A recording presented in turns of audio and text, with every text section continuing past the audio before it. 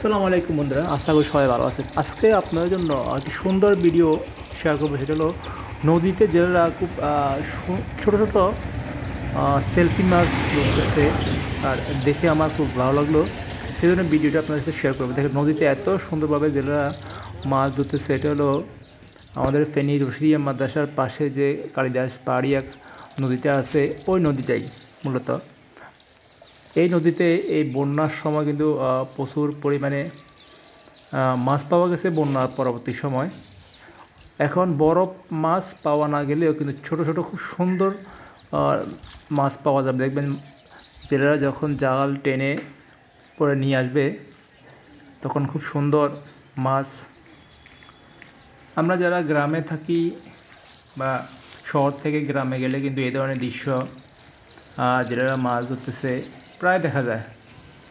তবে যদি কপাল ভালো হয় তাহলে দেখা যায় আর কি, না হলে নদীতে এইভাবে জাল দিয়ে মাছ ধরতেছে খুব কমই দেখা যায়। আবার যারা আমরা শহর থেকে গ্রামে যাই তখন আবার পুকুরে এই ধরনের জাল দেওয়া হয়। নদীতে এভাবে সরাসরি মাছ ধরতেছে খুব কমই দেখা যায়।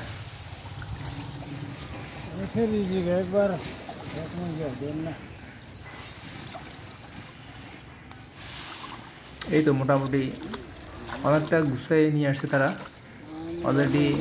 জালের মধ্যে কিছু ছোট মাছ দেখা যাচ্ছে।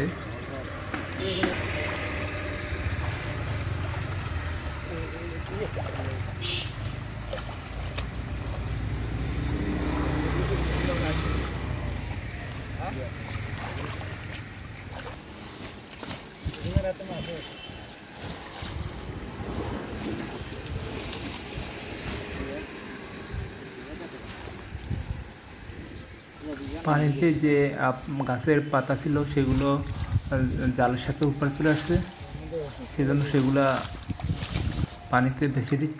এই দেখেন ছোটো ছোটো কিন্তু মাছ দেখা যাচ্ছে। একটু পরে কিন্তু খুব সুন্দর লাগবে মাছগুলা তারা কীভাবে পরিষ্কার করতেছে।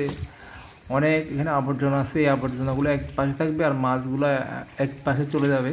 খুব সুন্দরভাবে মাছগুলো কিন্তু পরিষ্কার করবে। দেখবেন যেটা যে নদীতে মাছ ধরে তারা কিন্তু অনেক আবর্জনা ময়লা থাকে, এগুলোকে আস্তে আস্তে পরিষ্কার করে সুন্দর করে পরিষ্কার করতে, তারপরে এগুলো বাজারে নিয়ে আসে।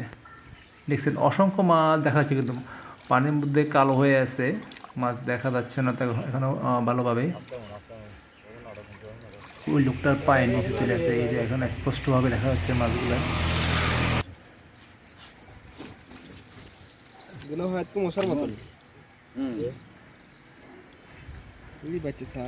এই যে স্পষ্টভাবে দেখা যাচ্ছে মাছগুলা, ওগুলো সব সেলফি মাছ। এগুলা রান্না করলে অনেক টেস্ট হয়। এই যে ফাইনালি তারা পাতিলের মধ্যে মাছগুলো নিয়ে নিল। আমিও এখান থেকে 1 কেজি মাছ বাসার জন্য নিয়ে আসলাম মাত্র 200 টাকা দিয়ে। একবারে তারা প্রায় 10 কেজির মতো মাছ আসছে এখানে। 10 কেজির মতো হবে প্রায় পাতিলের মধ্যে। তো ধন্যবাদ সবাইকে, আজকে পর্যন্ত।